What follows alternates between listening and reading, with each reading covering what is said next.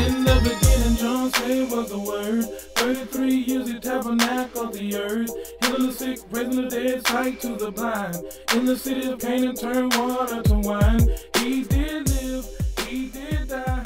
3 days later. Society tells us to find happiness and peace through our money. But this approach can and will eventually confine one to a system of thought that always attempts to keep up with the Joneses. In this system, it's been said that these people spend money that they don't even have to impress people that they don't even like, buying things that they don't even need. But God never intended for money to be a master over us. Rather, God intends for money to be a servant, a tool in the hands of the godly as we pursue His purposes for us here on earth. In the Bible, there are over 500 passages that deal with prayer. There are just a little fewer than 500 that deal with faith.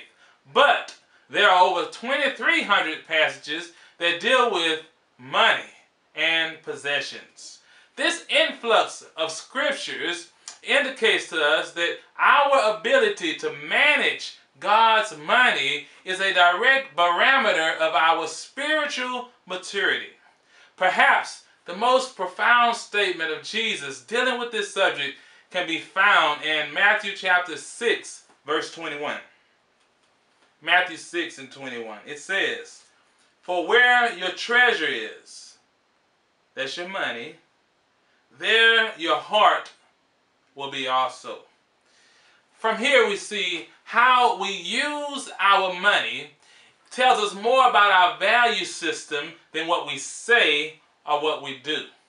If we want money to be a servant to us rather than a master over us, then we must have a clear plan of attack that we can see how our money is moving every day in and out of our accounts. See the things that we're putting our money into and how our money is being reduced every month in order to make sure that we're not being controlled by our money. And so Dave Ramsey, a great Christian financial analyst, gives a great rule of thumb to help us manage where our money goes.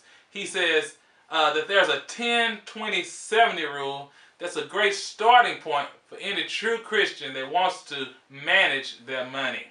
He says, first of all, you should give 10% to God first. Then 20% of your money should go towards some type of savings. And then finally, you should live off of the 70%. Now in America, we've already expended most of our money before we even get our first check. So it's a process that we must try to achieve eventually, where we can control our money in a way that God gets the first 10%, the 20% we save, and then finally we live off of the 70%. It is imperative that you understand that God owns everything. Time, money, possessions, your spiritual gifts, and all these types of things. God owns everything. And He expects and relies on you to use those assets that He places in your path in a way that brings glory and honor to Him. God has done so much for us, entrusted us, and done so much for us. But what will we do for Him? I pray that we will make God proud as great stewards of His resources in a way that makes a difference in the lives of those around us and in the kingdom, both here and after. Till next time, God bless. 3 days later, that song was removed. He resurrected and said he coming back. I studied God's word to show my